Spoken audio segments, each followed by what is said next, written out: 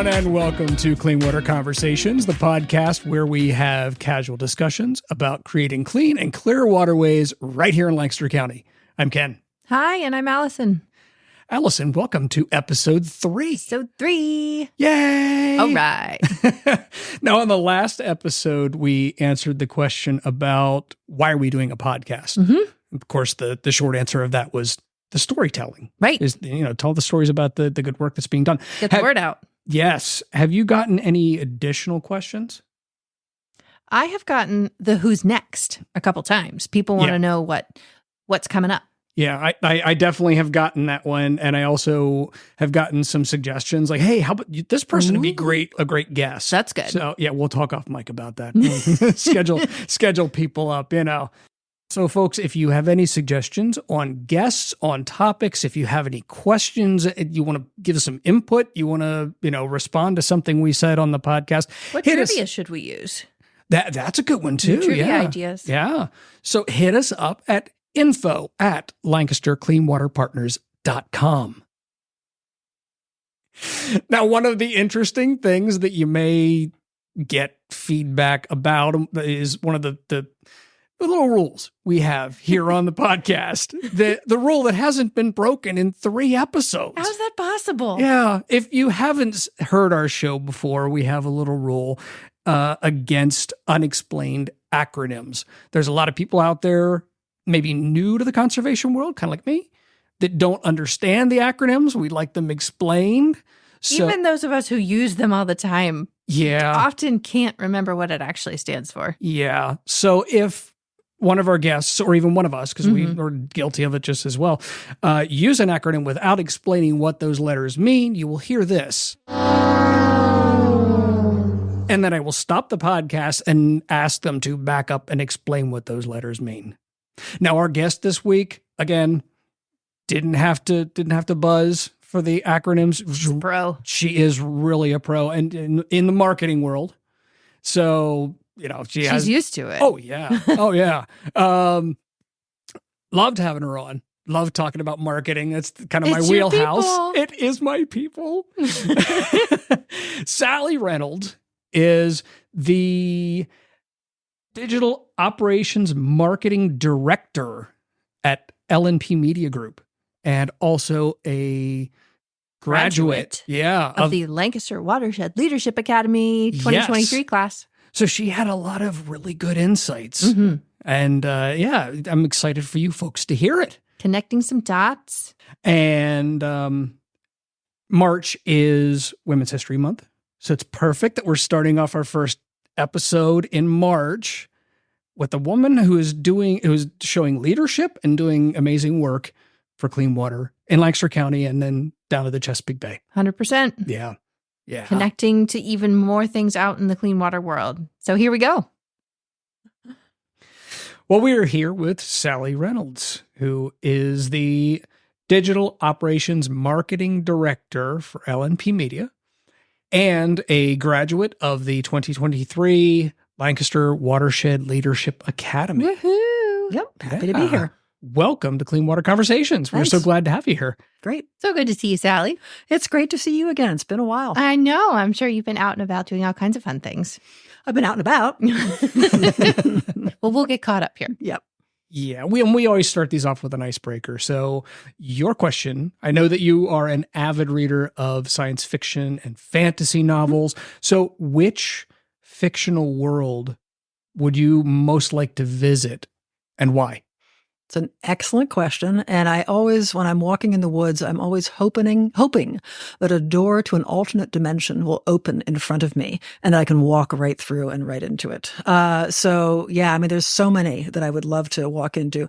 I think for me, probably you have to go back to childhood and the emotional impact of the first, sort of fantasy books you read. So for me, obviously, the big ones would be Narnia series and Lord of the Rings. And so I would absolutely 100% go live in either of those worlds. And if I had to pick location in those worlds, of course, it would be Rivendell in Lord of the Rings, or maybe Lorien. And if I was going to be in, Narnia, it would probably be right as you walk through the wardrobe and, you get into the woods and then Mr. Tumnus is there. Tumnus. Yeah, Nice. Mr. Tumnus. Mm-hmm. I also happen to love a ton of series, but Garth Nix did some great fantasy series. I would walk into any of his worlds, and also Brandon Sanderson is a super favorite author. And also the Outlander books, although I haven't watched the TV series, I love the moment in the first book where she walks between the standing stones and walks into that dimension. That's what I keep waiting to happen in my life, and it hasn't happened yet. There's still time. I know. I can still hope. This makes a lot more sense about the Dune conversations. Oh, and I love Dune. Yes. I could walk into that world too, although, some of the worlds are a little hostile. So there's a lot more sort of peace and beauty in the Lord of the Rings and the Narnia worlds. Very good point. Yeah. Nice. Well, tell us about your background. How far back? Because I was a bubblegum welder in my early 20s. I don't know if you want me to go that far back. What? Wait. What does that mean? That is exactly what I was going to ask. I had a barely 2-week-long stint at the Swell Bubblegum Factory in Havertown in my very early 20s when I was lost and confused. And they brought me into the job. And basically, there's a rack of 3-foot-long strands of pink bubblegum, a hot iron in front of you, and then a chopper and wrapper on the left. And you spent 8 hours a day grabbing down the strands and then squeezing them together on the hot iron so that it becomes one long continuous strand of bubblegum to feed into the chopper. So I got it within 15 minutes of being trained, and then realized my job was to stand there for the entire day doing nothing but that. So I didn't last long. No. Yes. It was That's rough. amazing. Yeah. That was something. I don't know if it was amazing, but it was like, wow. So anyway. I feel educated. Yes. And I want to ask this question more often of how far back we can find do you those. really want to go? There's many other questionable jobs, but we'll do the high level overviews. Most of my 20s, when I wasn't doing questionable jobs, was working for restaurants. So I waited tables a little bit at the beginning, but I speak very rapidly. And so it was a huge problem because I'd stand in front of the table, give my intro, tell them the specials. They'd look at me with they hadn't understood a word I said. So then I went into the kitchen and cooked for most of my 20s while going to college at Temple University. And then worked at some crappy restaurants, worked at a couple really good ones. White Dog Cafe in Philadelphia was excellent. And then I also moved out to California to work at Chez Panisse in Berkeley. That was an amazing experience. Right, I forgot about that gem of information. Yes, so cool. Yeah, and I loved it all throughout my 20s, but it's a hard life if you want to have a family and kids. And so by the end of my 20s, when my husband and I got married and he was a bartender, we both realized that we could not continue on with that lifestyle. Some people can. Mm-hmm. For us, it was the balance of life was just too hard to maintain. So we left that, and then I went back to school, and so did he. He became a high school teacher. And then I got my master's at Cornell in professional studies in the hotel school, went to work as the operations analyst at the Washington Hilton and Towers, didn't love it.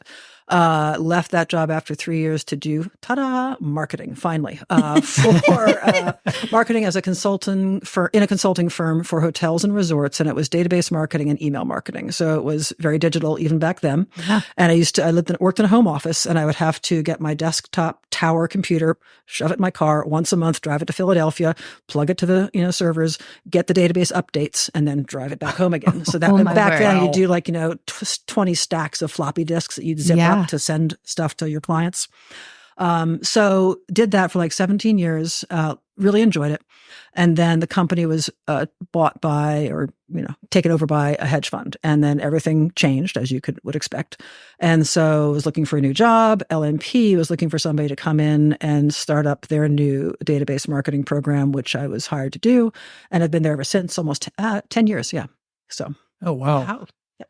So you did mention a little bit the old technology, the way we used to do things. What skills did you need when you started out there, and compared to what do you need now? I would have to say, quite honestly, I feel like it's the same skill, which is an intense desire to learn, not to be intimidated by anything, get your hands in there, learn it. And also nowadays you can Google anything. So if I've got a new platform that I have to learn, we onboarded our team with Asana, which is a project management software a couple of years ago. And it's like, okay, just, dig in, learn it. If you can't figure it out, guess what? Google on the side, how do I do this in Asana? And there's your answer. So I really feel like that is the skill for anybody in any field, is curiosity and a desire to just throw yourself into it and figure it out and not be intimidated by it. I'm still new to the conservation world, so that's what I'm doing every day. Mhm. So, and loving it. Yeah. Because it's just such a fascinating, there's so many things to learn, and they're all like so pertinent because we all need clean water. Mhm. So, that's that spoke to me. So, Yeah. so I completely got that. Why is it digital marketing that you're drawn to? You said that even back then it was the same kind of Yeah, that might have content, just been but- sort of happenstance that I ended up, transitioning from being an operations analyst to working for a company that was database marketing and email marketing for hotels and resorts. And then once you're kind of in the digital space, which, email is digital, then all the other things just kind of come along. Oh, now there's social media marketing, there's geofencing, there's targeted display, there's Google custom intent audiences. So they all just kind of start to attach themselves to the digital role, I think. So the digital role did start in much more narrowly because those things, social media wasn't a thing back then and there was no social media marketing. So the other pieces have just been kind of building over the years. So how do you embrace that learning that you have to do of something new at the same time delegating because your plate doesn't actually get any bigger? Or I'm pretty sure you have the same 24 hours in the day, but I wouldn't bet on it because of the amount of things you get done.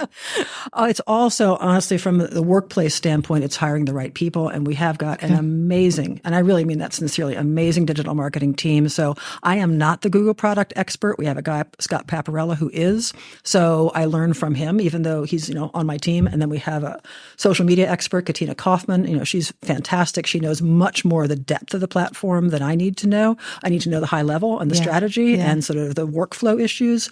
But in terms of the experts beneath me, they are the ones who really, bring that piece to the table, to that deep, deep, deep learning that I don't have to do. Yeah. I think that crosses over with what you were saying, Ken, about the conservation world, about there's such content experts that we need to answer some of the questions and help us problem solve. But to your point, Sally, if we can't do the workflow, if we can't provide the strategic planning, if we can't provide the longer term vision of how does this fit in with something bigger, you're right. It's the same kind of skills, but how we bring the right people in, it's a pretty amazing process. Yeah, for sure. And now people are wondering, like, wasn't this a clean water conversation? Where's the clean water? I'm going to say we need all of that. Marketing is super important because what you said earlier, you said we all need clean water. And I was thinking to myself as you said that, from a marketing standpoint, I'm not sure everybody knows that or buys that or believes it because, I've got a well or I can just turn on the tap and there's my water. So I don't think people really think about it. And actually, I wasn't aware of Lancaster Clean Water Partners until you did marketing for Water Week, right? That's because I was working for the newspaper and you were marketing with us. So until you did your marketing and raised awareness of what you're doing, I had no idea. I didn't think about water, really, Yeah. I'm glad you found it. Well, that kind of dovetails perfectly into my next question. How does the local news currently tell the clean water story?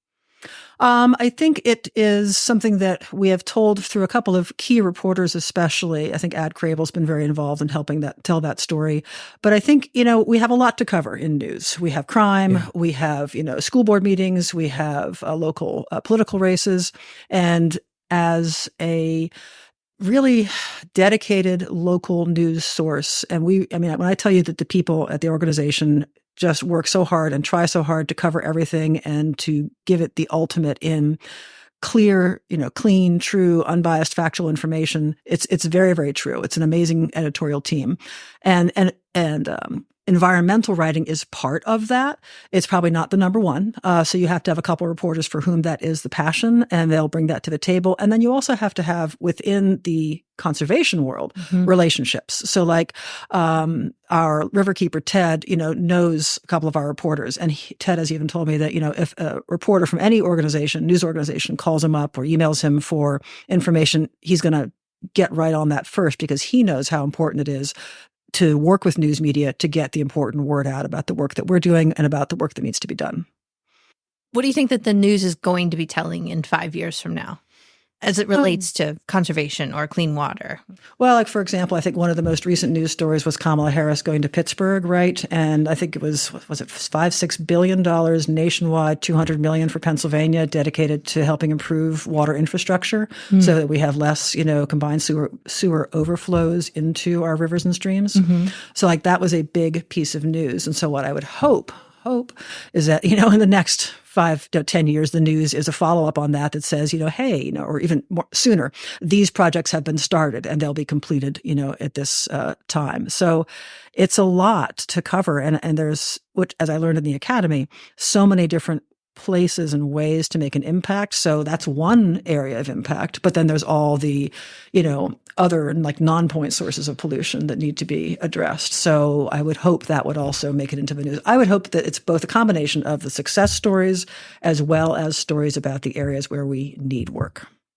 Yeah. And your point that people don't have the awareness of a simple thing like clean water is important for all. Because you're right, we trust when we turn the tap on, that's there, it's healthy.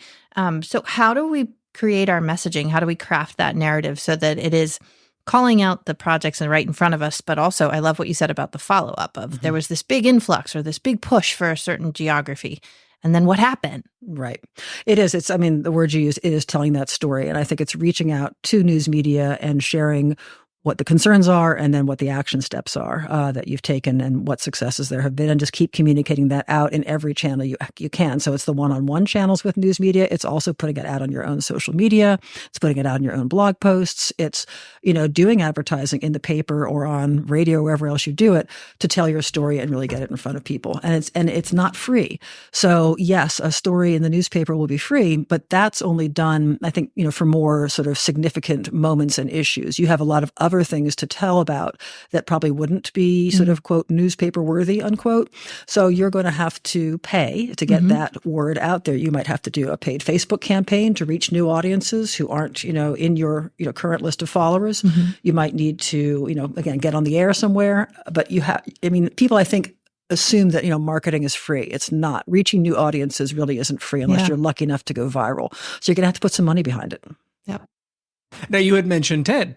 And Ted, of course, from the Lower Susquehanna Riverkeeper Association. Exactly. When did you first get involved with them? And what's that experience been like? I can thank Allison for that because that's all you. You've changed my life because you have, because one of the many sessions that we did as scholars in the watershed group. Give me the full name. Leadership Academy. Thank you. Was we had a presentation from Justin Mando, who was the chairperson for the board of the Lower Susquehanna Riverkeeper Association, and he was amazing. He had before the presentation, he had checked all of us out on your website, read our bios, memorized our photos and our names, and then spoke really eloquently about the work that Lower Susquehanna Riverkeepers does, as well as, again, that sort of storytelling component and how important it is to tell the story in a way that resonates with people. So after he got done speaking, I was like, wow, okay. I joined the Academy because I wanted to find a way to get involved and make a difference, and on an issue that was local in scope, but had also larger, implications. Yes, exactly. Yep. And after he spoke, I was like, okay, this is the group. This is it. And I liked it because it was very concrete, very actionable. I love planting trees, but the sort of the eventual success of planting trees is so far horizon. Whereas with Lower Susquehanna Riverkeeper Association, what we do is much more immediate and concrete. So anyway, after that speech, I said to him, "I'd like to be on your board," and he's like, "Sounds great, sounds good." So he sent me an email. We connected. I sent him my resume. I got interviewed, and I am now on the board. Excellent. Yep. Very cool. And what is that kind of leadership role like? Like you said, you can volunteer, you can be a leader within lots of different organizations. Why a board role? I honestly, I probably walked into it not really knowing what I was getting myself into. And I'm used to being a manager and I'm used to making decisions collaboratively, but ultimately it's like, I'm going to make the decision. And working on a volunteer board is not like that at all. It's like gaining consensus. It's like, I would just personally like to make the decision, but I can't do that. So it's been an exercise. It's been great. The people on the board are fantastic. I love working with them, all kinds of different skill sets, but I definitely have to sort of be conscious of myself and that I'm not the manager. And I need to kind of, be a little more scaled back. So the role is basically direction and guidance. I mean, Ted is running day-to-day operations, and he has a deputy director, Devin Winan, who's awesome. And we've got a communications person, and we're hiring a part-time office admin person. So they are running it. I am not running anything. So it's more guidance, strategy, direction, where are we kind of long-term going? That's more the role. And also the role is also big on fundraising and marketing too. Yeah. So we are a tiny organization with a tiny amount of people and very little money. And to do the good work we've been doing, we do need to continue to raise money. And we also have to raise awareness, which is marketing. So, people don't know who we are. They don't know the good work we're doing. So we got to get that word out there. So I'm trying to put my energy toward that piece as much as I can. That's awesome because the expertise of board members provides so much leadership, but it comes in so many different forms. So many flavors, yeah. We have a finance guy, we have some educators, we have John, who's got a lot of great, nonprofit experience. We have, all kinds of people, and probably could use more people too, with all kinds of diverse backgrounds to really get the benefit of all of that experience. Well, I have to give a shout out to Leadership Lancaster, their core class. One of their requirements is to attend a local community group board meeting just to observe. Mm-hmm. And we recently had one of their class members come to our board meeting, and we've encouraged them to go to the conservation district. And so maybe that could be another place that, you can recruit. I thought it was such a great element of the leadership training. It's a great idea. Understanding what that role is and how it's different from a job or from a volunteer, or it's a really unique thing that is an opportunity for the right person can bring that skill set. So I'm so glad that you saw the opportunity, took it as a place you can fit in and be helpful, because I just so appreciate how all through the academy you encouraged all of us to think how we can be helpful, but you in particular said, well, these are my skills and I can do this right now, and then I've got the bigger vision longer down the road. So I love it. I like to be very hands-on. So, that's where my happy place is. So, yes. Was there anything specific from the Leadership Academy that kind of helped prep you for this role? I think the Leadership Academy for me was so much about connections and awareness. And I just had, honest to Pete, no idea of all the organizations that are doing such great work here in Lancaster, as well as, around the Chesapeake area. So it was about sort of a very eye-opening experience. And I also had really no idea about the many, many issues. I mean, I kind of knew generally, quote, save the Chesapeake, in very broad terms, but I really didn't understand all of the water quality issues that face us. And that, again, when we turn on the tap, there's a lot that's been in that water before it finally gets to you clean. And, the sewage from Harrisburg, okay, it's getting maybe filtered out of the water finally, but we're drinking the Susquehanna and the Conestoga. And there's, fecal coliform bacteria in that water, and there doesn't have to be. So how can we get to a place where that isn't in there anymore? Because it's not good for us. It's not good for the fish. It's not good for anything. And if you like to fish, if you like to swim, if you like to kayak, wouldn't you rather do it on clean water? 100%. Yeah. Yeah. I'd like to keep some money in my wallet too. Yeah. Always a good thing. So tell us about your work on the Little Conestoga Blue-Green Corridor project. Yeah, I haven't done much with them.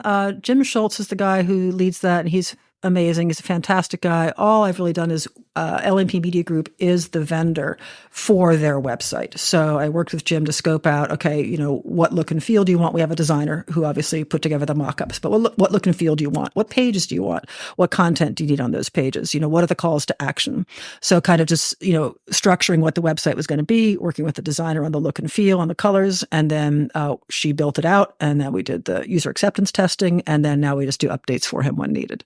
So that's all my involvement has been on that project, but it's also been something very interesting to become more aware of. I mean, it's a huge project happening right in Lancaster that I don't know how many people are super aware of. I think the people who live near it are. Yeah. But, it's pretty. Yeah, the scale of that project is pretty massive. 2.5 miles of stream restoration, floodplain, buffers, all kinds of pounds of sediment, nutrients taken out of the system. Pretty amazing. Yep. Thank you for helping to tell the story with that website. Yeah. Now, one thing that is very unusual to me, I guess, is marketers in the conservation world. We need more marketers. We need that's exactly where I was kind of going with that. Yeah. Yeah. It's a different way of it's a different way of thinking. It's a different way of storytelling. So by all means, if there's anybody out there listening who's a marketer, get in the conservation world. We need you. Well, we do. Like when we did our capstone project, that was me, Latisse, and Stephanie. Thank you. I'm fatigued. I'm like, how can I forget Stephanie? I'm talking to her almost every day. We, had all of our actions we had to do in terms of, the tree plantings and which kinds of trees, and then the volunteers who were going to come table for the event, and working with the Mountville Borough, who were fantastic, to work with about our project in Spring Hill Park. But, the piece that I think I did bring to that was now you've got to make the neighbors aware that it's happening so that they will come. So it's lawn signs, so it's door hangers, so it's social media posts, so it's getting in the borough newsletter, So to me, all of that marketing is letting people know what you're doing. It's if you're a store and you have a sale on carpets, marketing is letting people know about your sale. Right. If you're in the conservation world, you got to really market yourselves to help people know who you are and what you're doing. So it's telling the story, but I think maybe telling the story to me is like maybe a little too passive, whereas marketing is very active. It's pushing that word out there. It's finding the right channels. It's finding the right audiences and getting that in front of them. So you'll tell the story, but then we also need to, if nobody reads the story, what's the point of telling the story? Yep. So that's where you have to go, I think, beyond just telling the story and really pushing that story out there, which is marketing. Yeah. And that difference of active and passive is a really fascinating way to think about it, because it's not storytelling afterward. I think of sometimes we can interpret the word storytelling like this thing happened and here's the result of it. Right. What you just described, everything is pre-event, pre-trees in the ground. That's where the big buildup has to happen. Yes. And so without that part of a full project management or project implementation, you're not going to have the same kind of results. So exactly. Thank you for just saying it that way. That was really helpful to think about storytelling in the pre-stage, not the post. Both are important, but the door, I do neglect the pre. Yeah. It's the door that you're walking through to the other dimension. Ooh, way to bring it back. Well done. Is Jamie on the other side of the door? I'm coming in. Okay. So we mentioned marketers. What other type of partners would you like to see participating in the Academy that would really help this conservation world? People who, it's going to sound crass, but I'm going to say it anyway. People with deep pockets or people who know people with deep pockets. Again, our struggle at Lower Susquehanna Riverkeeper Association, I mean, we're so tiny and our budget's so tiny.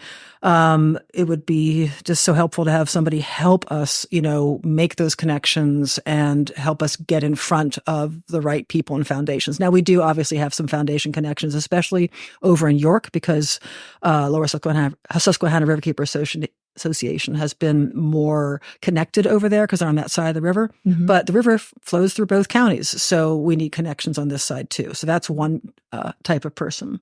I think business people who are really savvy and know how to run an operation nuts and bolts, which is where John has been so helpful because he comes from that nonprofit sort of business background and understands, the way a financial statement should look for a nonprofit. So I don't bring that piece, but it's so great to have somebody who does have that, financial background.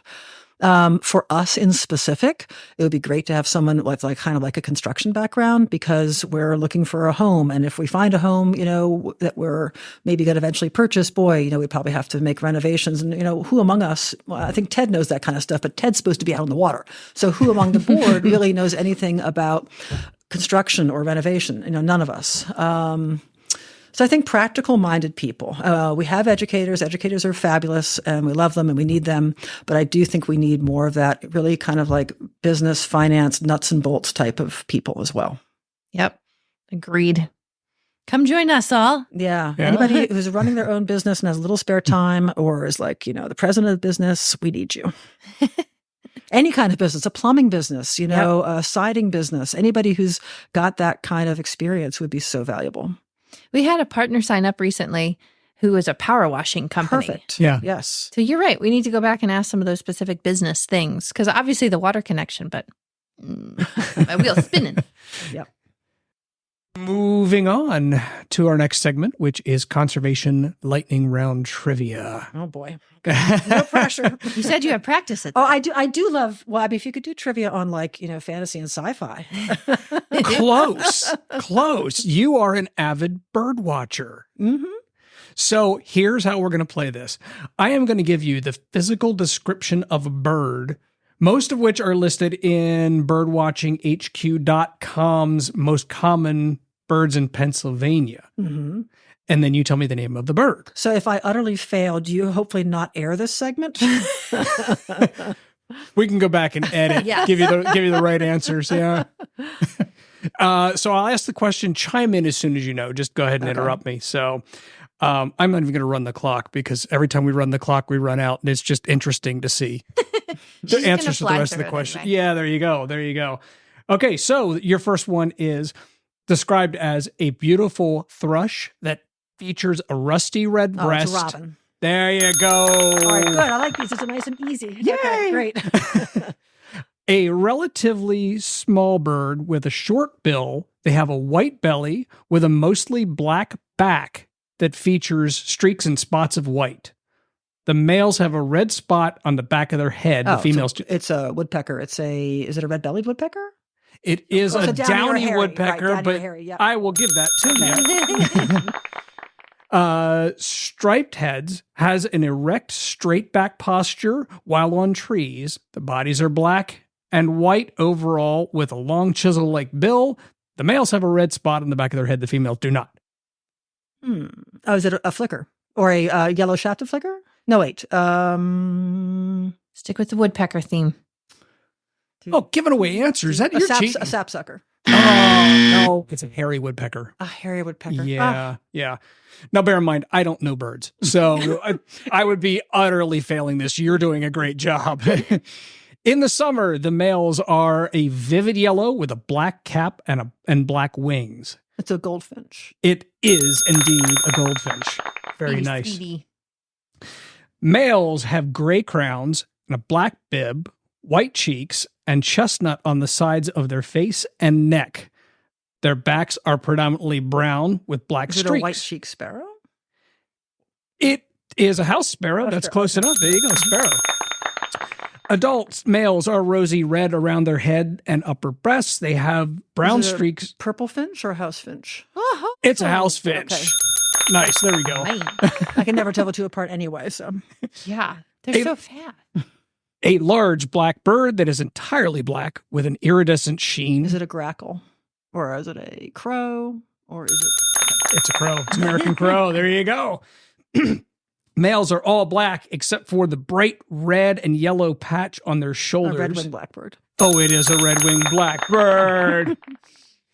This bird has blue feathers with a white belly, a red head. Wait. Let me finish it. Too fast, yeah. Let me finish it. Blue feathers with a white belly, a red head, and a red pompadour-like crest, known for its distinctive and melodic laugh. I don't know. Again, stick with the woodpecker theme. Oh, is it a pileated? No, it doesn't have a blue. It's Woody Woodpecker. Oh.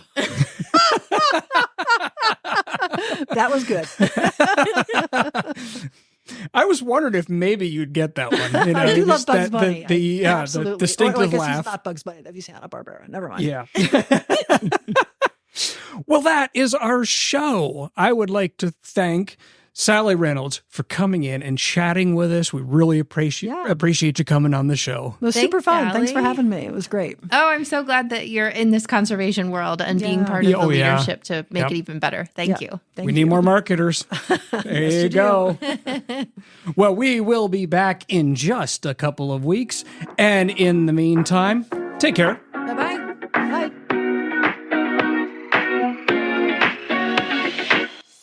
Clean Water Conversations is brought to you by Lancaster Clean Water Partners. If you have comments or suggestions on the show topics, please contact us at info@lancastercleanwaterpartners.com.